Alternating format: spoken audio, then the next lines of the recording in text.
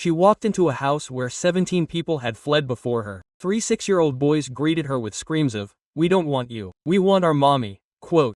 But instead of being afraid, she pulled out a cookie and said, "I'm not here to replace you. I'm here to stay." Quote. Comment below where you're watching this story from, because sometimes a broken heart can only be mended by someone who knows what it's like to lose everything. Emily Thompson paused at the threshold of her Lakewood mansion, nestled in the green hills of suburban Seattle. Her gaze slid across the once immaculate living room, which now resembled a battlefield. The walls, covered in snow-white plaster, were smeared with bright spots of paint, red, blue, yellow, as if children were trying to recreate a rainbow. An antique handmade sofa lay upside down, and feathers from the torn pillows slowly swirled in the air, settling on the marble floor.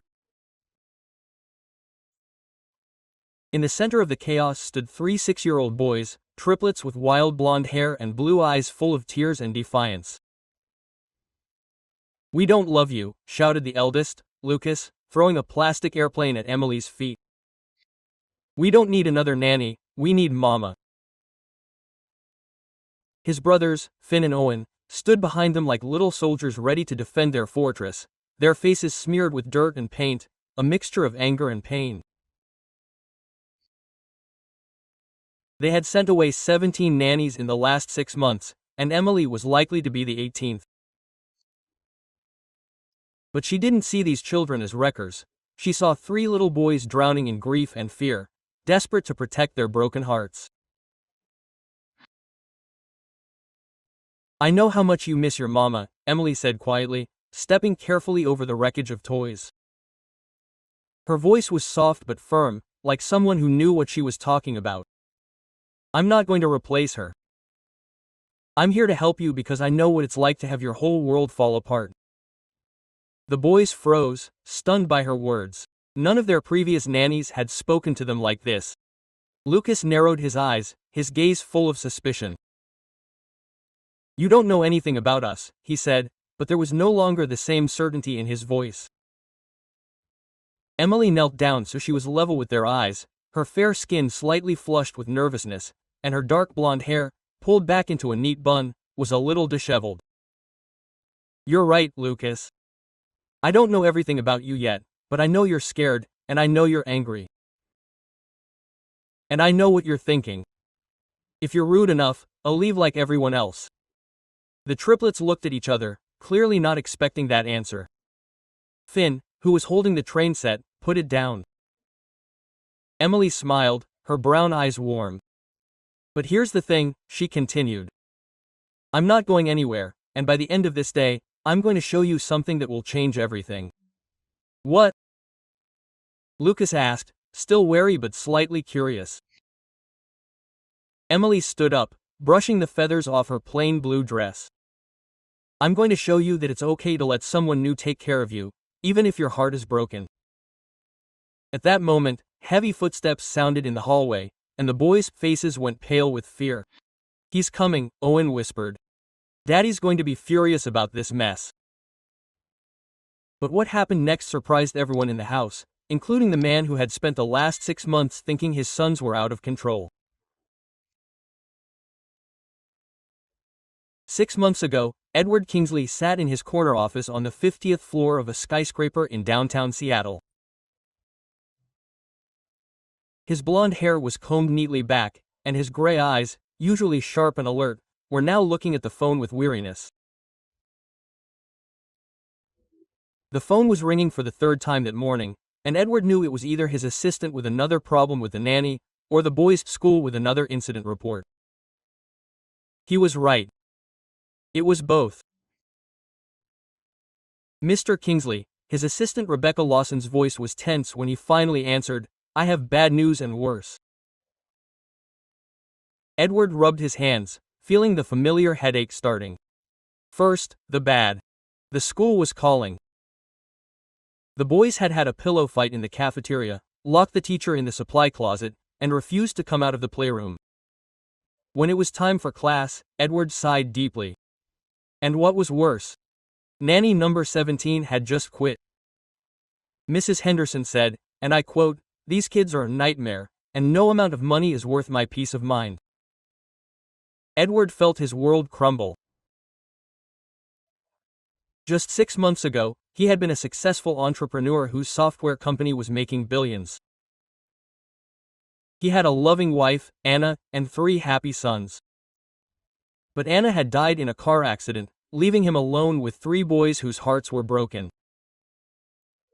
Edward was drowning in trying to be both a father and a mother, but his sons seemed determined to ruin everything around them. "Rebecca, call the nanny agency. We need someone immediately." "Sir, I already called. They said they were out of candidates. Word has spread about your sons, and no one wants to work for the Kingsleys." Edward stared out the window at the Seattle skyline below. He was worth over $3 billion, but money couldn't solve the biggest problem in his life. His sons were falling apart, and he didn't know how to put them back together. At 37, Edward had built an empire from scratch. He was smart, driven, and never faced a problem he couldn't solve. But grief had changed his boys beyond recognition, and he felt helpless as he watched them spiral into anger and destruction. The truth was, Edward was struggling with grief himself. Anna had been his best friend, his partner, the soul of their family. Without her, he felt lost. He stayed late at work because it was easier than coming home to an empty house and his sons' accusing looks. The boys blamed him for their mother's death, though they never said it out loud. Anna had been driving to pick up his birthday present when the accident happened. Guilt was eating away at Edward, and he knew his sons felt the same. "Sir," Rebecca's voice brought him back to reality. "What should I do about finding a new nanny?" Edward thought for a moment. Post an ad online. Offer double the salary. Someone out there would have to be desperate enough to work with my sons. But little did he know that the person who answered the ad would change their lives forever. Emily Thompson, 30, sat in her tiny Fremont apartment, scrolling through job postings on her aging laptop. The rain pounded the windows, creating a cozy but melancholy backdrop. She had been out of work for 3 months, ever since the family she worked for moved to Europe. Emily had been a nanny for 8 years, and she truly loved working with children, but the job market had become tough. Families preferred young nannies with degrees from prestigious universities and impeccable references. But Emily's resume didn't reflect her greatest asset. She understood pain.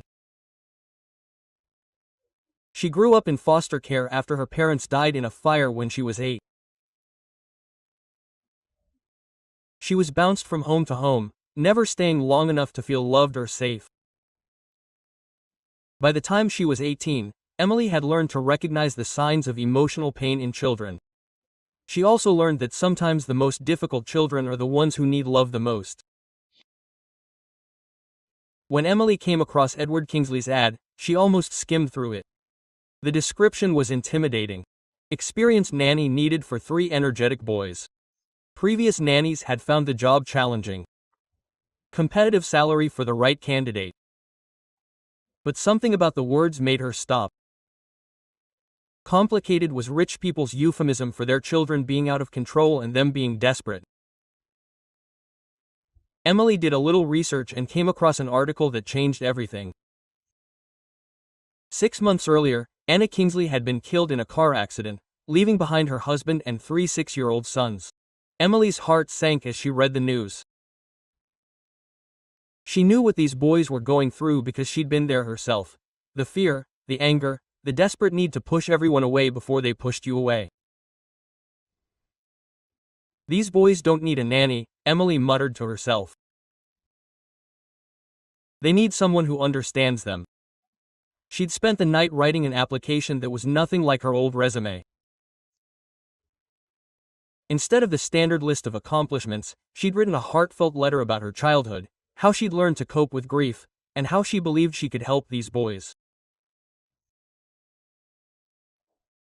The next morning, Edward was in his home office, preparing for the interviews Rebecca had arranged. The house was unusually quiet. The boys were at school, but Edward knew that silence would soon end. Rebecca had set up meetings with 5 candidates, and he was under no illusions. Most people, having learned of his son's reputation, fled the moment they walked through the door. The first candidate arrived promptly at 9 a.m. She was a stern woman in her 50s, Mary Watson, with an impeccable track record with wealthy families. "Mr. Kingsley," she said coldly, "I understand that your children have behavioral problems. I believe in strict discipline and clear boundaries. There is no child I cannot control." Quote. Edward felt discomfort. His sons did not need control. They needed help to heal. He thanked her politely and moved on to the next candidate.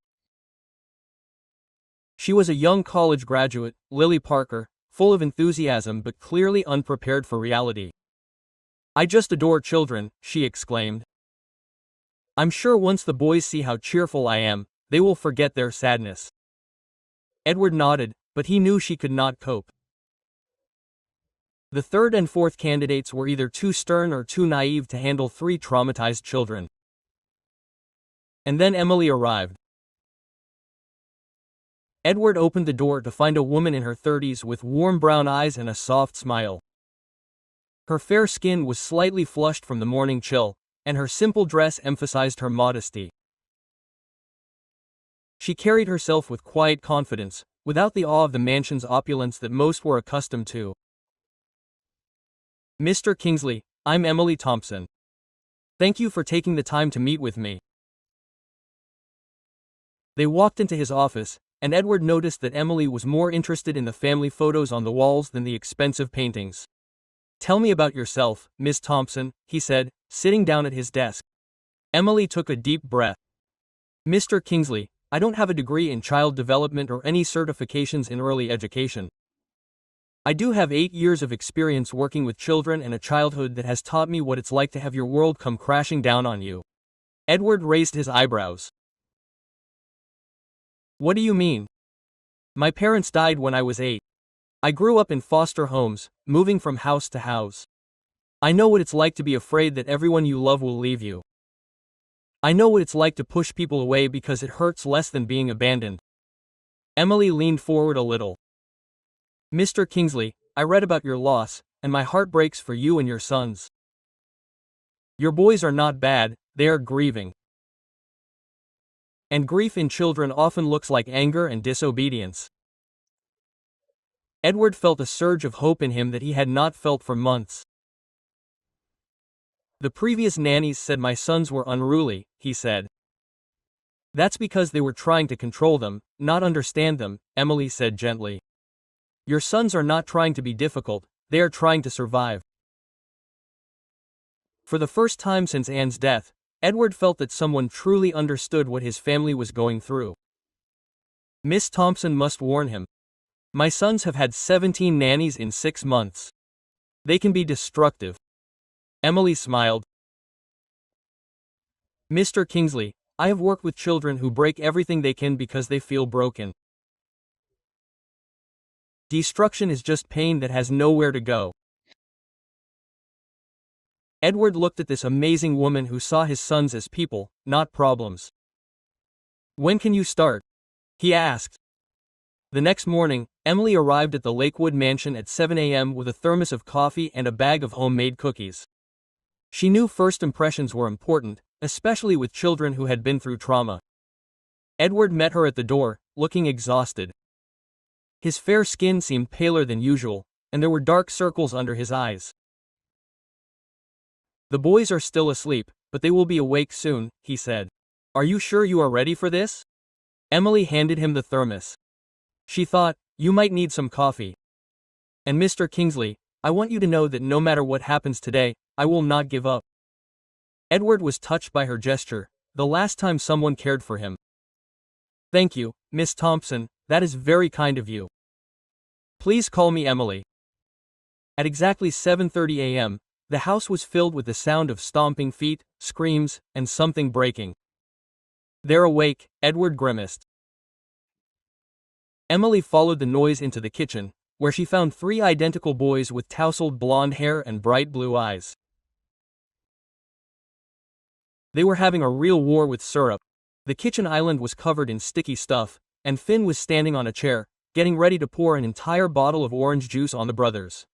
Quote, "Food fight," Owen shouted, noticing Emily in the doorway.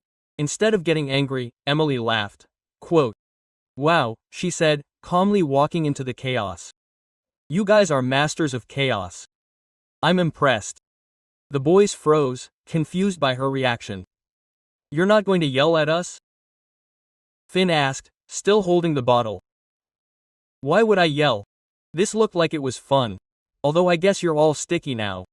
She sat down at the table, as if sticky floors and syrup-covered children were something ordinary. "I'm Emily, and I brought cookies, but I guess you're too full of syrup to want them."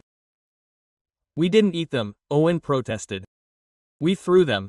"Oh, I see, that's more fun than eating them. What's your name?" Lucas, clearly the leader, crossed his arms. "I'm Lucas, this is Finn, and this is Owen. And we don't like babysitters." "That's okay," Emily replied cheerfully. "I'm not really a babysitter." "Then who are you?" Finn asked, his voice curious. "I'm a friend who can bake delicious cookies and tell amazing bedtime stories." Quote. Owen, the youngest, perked up. "What kind of stories?" "All kinds. About brave knights, magical animals, and children who go on amazing adventures." The boys were clearly interested, but Lucas was in no hurry to give up. "We don't need friends," he said firmly. "Friends leave." Emily felt her heart squeeze at the pain in his voice. "You're right, Lucas. Sometimes friends leave. Sometimes the people we love leave, even if they don't want to." The boys fell silent, and Emily noticed tears in their eyes. "But you know what I learned?" she continued softly. "Just because someone left doesn't mean they didn't love you. And it doesn't mean everyone else will leave too." Quote. "Our mother left," Owen whispered. His voice trembled. "I know, honey, and it probably hurts so much that it feels like your chest is going to burst." Quote. All three nodded, tears streaming down their cheeks. "Can I tell you a secret?" Emily asked quietly. They nodded again. "I lost my mom and dad when I was just a little older than you. For a long time, I was so angry and scared that I pushed everyone away. I thought if I was rude enough, people would leave before I got attached. And it worked?" Quote. Lucas asked quietly. "For a while, but I was so lonely and I missed so many wonderful people because I was afraid to let them care about me." Emily pulled out a bag of cookies from her bag. "They are chocolate chip cookies. My mom loved them. I bake them when I miss her." She put the bag on the table. "You don't have to eat them and you don't have to love me. But I will be here every day. You will be good or bad, happy or sad, because those who care about you stay." The kitchen fell silent, broken only by soft sobs. Aries took a timid step towards the table. Quote. "Can I try the cookies?" he asked. "Of course, honey." Owen took a bite, and his eyes lit up. "Delicious." Lucas and Finn exchanged glances and slowly approached the table. Edward watched from the doorway, amazed. In 20 minutes, this woman had done what 17 previous nannies had failed to do in months. She had found a way to talk to his sons. But their peaceful morning was interrupted by the ringing of the phone. Edward glanced at the screen and went pale. It was his lawyer, Marcus Blake, who only called when there was a serious problem. Quote. "Eward, we're in trouble," Marcus said without preamble. "The Seattle News is doing a story on your family. Someone leaked information about the nannies, and they're making you out to be a father who can't handle the kids." Edward felt his stomach clench. What exactly were they saying? The headline: Billionaire's kids kick out 17 nannies. The Kingsley triplets are out of control. They interviewed 3 former nannies who called the boys dangerous and emotionally unstable. Edward glanced at the kitchen, where Emily was sitting with the boys, laughing at Owen's joke. For the first time in months, his children looked happy. "Marcus, can we stop this story?" "I'm trying, but it's going to be difficult. And they mentioned that you hired a new nanny yesterday. They'll probably target her." Edward's skin went cold. If the media ruined Emily's reputation, she might go like the others, and his sons would be left with broken hearts all over again. Quote, "I have to warn her," he said, ending the call. But when he returned to the kitchen, he froze. Emily was sitting on the floor with the boys, building a tower of wooden blocks together. The boys were cooperating, passing blocks back and forth, helping.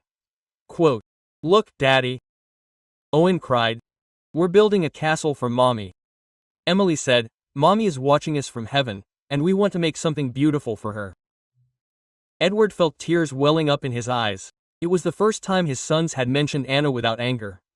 Quote, "It's a beautiful castle, boys," he said. His voice was shaking with emotion, but Lucas looked at his father with concern. Quote, "Daddy, you look sad. Emily will go away like everyone else." Edward glanced at Emily, who was looking at him with concern. He knew he should tell her about the plot, but he was afraid she would run away to protect herself. Quote, "Boys," Emily said softly, "keep building the castle, and I'll talk to your daddy." They retreated to the living room and Edward took a deep breath. "Emily, I have to tell you something. The Seattle News is going to run a story about my family tonight. They're going to make my sons look like monsters and they're probably going to investigate you." Emily listened in silence as he explained the damage this would do to her reputation. "I'll understand if you want to leave," he said sadly. "You've done more for my boys in one day than anyone has done in 6 months." Emily considered. "Mr. Kingsley, can I ask a question?" "Of course. Do you think your sons are monsters?" Edward was stunned. "Of course not. They are grieving children who have lost their mother." "Then why does it matter what strangers say on television?" Edward looked at her, at a loss for words. "Will it affect their futures, their schools, their friends, their opportunities, or will it show them that the people who love them will stick around no matter what?" Emily countered softly. She went to the window, looking out onto the garden where Anna had once played with the boys. "Mr. Kingsley, I have been judged my whole life. An orphan, without parents, without a prestigious education. People looked at me and decided I was worthless. But a few people saw the real me and believed in me. They changed my life." Emily turned to him. "Your sons need to know that they are worth fighting for. If I run away at the first sign of trouble, what will that say about my values?" Edward felt his heart fill with admiration. "So you will stay?" "I will, but I have a condition." "What is it?" "When the story airs, we will watch it together, as a family, and discuss it honestly." Edward nodded, although he was worried about how the boys would react to being labeled as problem children on television. The rest of the day was magical. Emily seemed to intuitively understand what each boy needed. When Finn was upset about losing his favorite car, she didn't distract him or try to stop him from crying. She sat next to him, stroked his back, and told him it was okay to be sad. When Owen was startled by the loud sound of a truck during a walk, reminding him of the accident, Emily held him in her arms, humming a soft song until he calmed down. And when Lucas deliberately spilled paint on her dress, she just smiled. It seemed like we were both artists now. Shouldn't we draw something together? By evening, the boys followed Emily around like devoted puppies. They helped her make dinner, set the table, and even put away the toys without being reminded.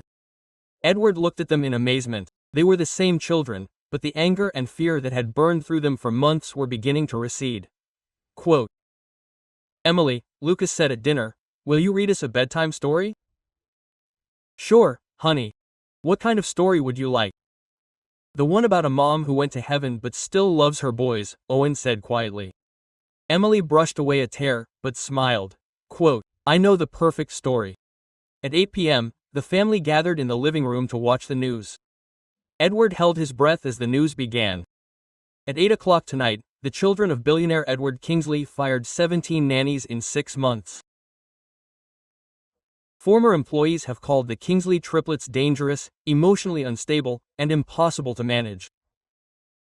The boys stared at the screen, where their pictures flashed with the caption, "Troubled children and behavioral problems." "Dad," Finn whispered, "why are they saying nasty things about us?" The first former nanny came on the screen. "These kids are completely out of control," she declared. They broke things, disobeyed, and seemed to enjoy torturing adults. Lucas's face crumpled. Are we really that bad, Dad? Before Edward could answer, Emily spoke up. Guys, do you know what I see when I look at you? The triplets shook their heads. I see three brave boys who love their mom so much that they would fight the world to protect her memory. I see smart kids who test new people to make sure they can be trusted.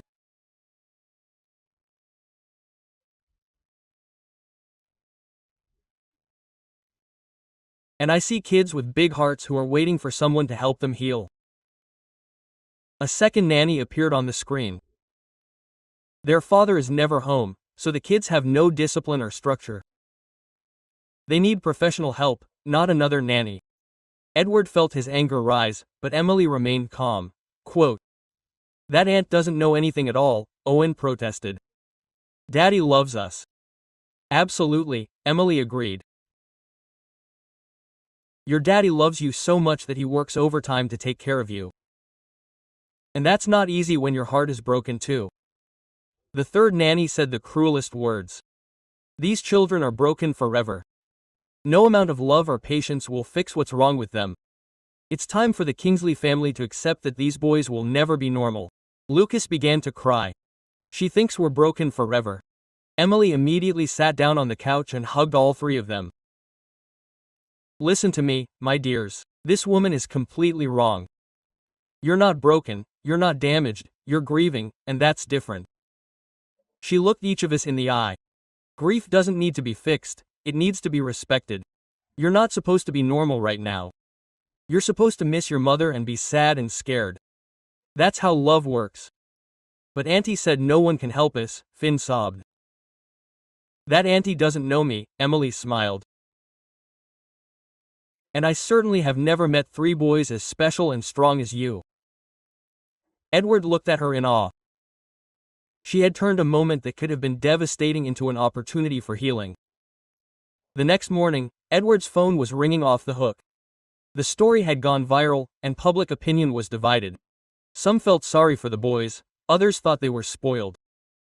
Business partners were calling, worried about the company's reputation.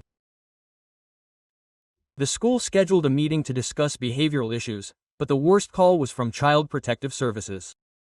"Mr. Kingsley, we've received complaints about your children since yesterday's story. We need to schedule an appointment to assess the situation." Edward felt the world shift from under him. If the agency decided his sons were out of control, they could be removed from the home. When he hung up, he found Emily in the kitchen, making breakfast with the boys. Everyone was happy, laughing as they flipped pancakes. "Bad news?" Emily asked, noticing his expression. Quote, "Child Protective Services wants to run an investigation. People are calling my boys dangerous because of that story." The boys stopped laughing and looked at him with fear. "They're going to take us away, Dad?" Owen asked, his voice shaking. Edward knelt down and hugged them.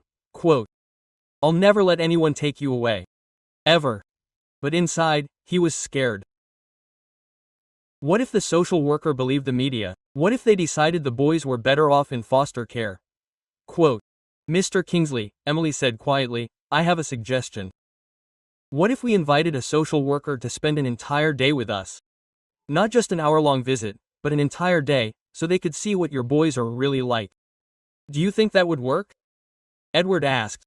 Emily smiled. Quote, "I think anyone who spent time with Lucas, Finn, and Owen would see what I saw. Three wonderful children who just needed love and patience." 3 days later, Mrs. Carter from Child Protective Services arrived at the mansion. A stern-faced woman in her 50s, she clearly expected to find chaos.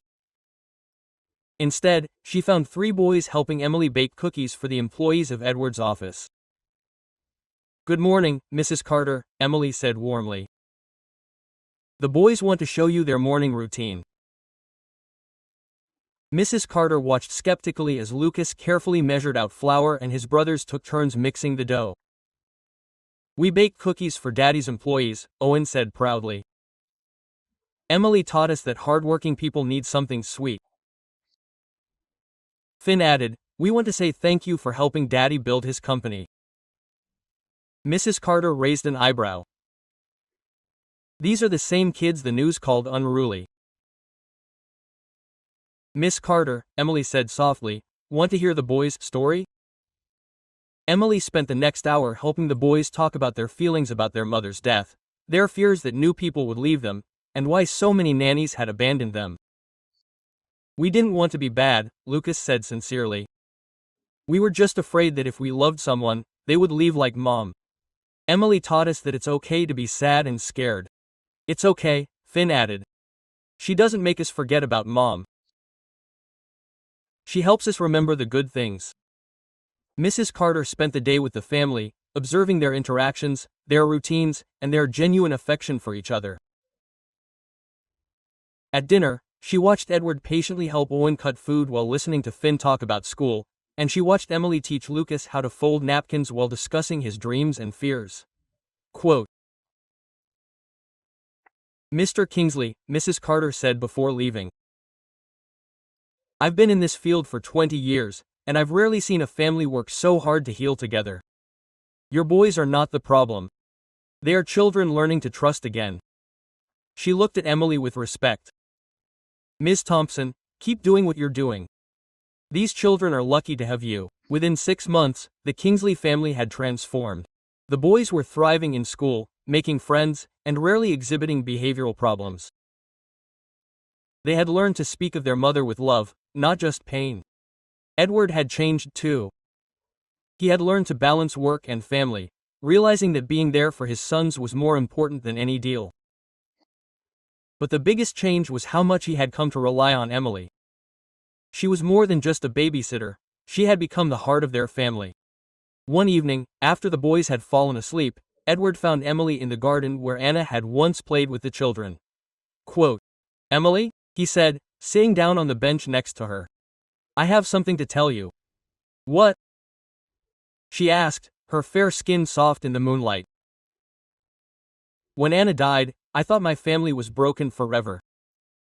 I thought my sons would never be happy, and I would never be whole. Emily took his hand silently. But you didn't just save my boys, Edward continued. You saved me too. You taught me to be a better father, a better man. He dropped to one knee and pulled out the ring box. Emily Thompson, I love you. My sons love you. I can't imagine our life without you. You will marry me, you will be part of our family. Emily gasped, tears streaming down her face. Yes, she breathed, hugging him. Yes, yes. The wedding took place in the same garden where Edward had proposed. Lucas, Finn, and Owen insisted on being ring bearers, rehearsing their roles for weeks in matching tuxedos. During the ceremony, Edward and Emily exchanged vows written specifically for their unique family. Quote, Emily, Edward Said, you didn't just agree to marry me. You agreed to love 3 boys with broken hearts and help them become whole. You are the answer to prayers I didn't know how to say. Edward, Emily replied, you and the boys taught me that family isn't just about blood, it's about choices. You trusted me with the most precious thing you have, and I choose to love and protect you all for the rest of my life. The most touching moment came when the boys stepped forward with their vows. Emily, Lucas said on behalf of all 3, we promise to be good to you. We promise to remember that Mommy loved us and that you love us too, and we promise to take care of Dad because he sometimes forgets to eat. Quote, the guests in the garden cried and laughed at the same time. 2 years later, Edward and Emily welcomed a daughter, Sophia, into their family. The boys were delighted with their little sister and took their role as big brothers seriously. And she's so tiny, Owen admired, gently touching Sophia's hand. We have to protect her and teach her everything, Finn said. How Emily protected and taught us, Lucas added wisely. 5 years after Emily first walked into the Lakewood mansion, the family was unrecognizable. The boys, now 11, were straight-A students known at school for their kindness and empathy. They helped the younger children, using the wisdom Emily had taught them. Edward started a foundation to support single parents and families going through loss, realizing that true success was not measured by money, but by the love and stability he gave his family. Emily launched a consulting business helping families cope with grief and behavioral issues, and wrote a best-selling book on childhood grief. Every year on the anniversary of Anna's death, the family visited her grave. But instead of a sad occasion, it became a celebration of love that continues even after loss. "Mom," the boys said, "meet Emily and Sophia. We think you would have liked them." Quote, "And Daddy is smiling now, so don't worry about us." The media, which had once called the Kingsley triplets unruly, now praised them as examples of resilience and healing. But Edward and Emily didn't care about public opinion. They knew that the only people who mattered were those who truly loved their family. One night, while putting the boy to bed, Lucas looked at Emily with a trust that had been built for months. "Emily, I'm glad you didn't abandon us like the other nannies." "I would never abandon you, darling," she replied. "You three taught me what I was born to do." "What for?" Quote, he asked. "To love you forever." And that's exactly what she did. Quote, "The story of the Kingsley triplets evolved from one of unruly children to one of how broken hearts are healed with patience, understanding, and unconditional love." Emily didn't just survive working with these boys. She gave them their childhood back, their father a purpose, and herself a family worth fighting for.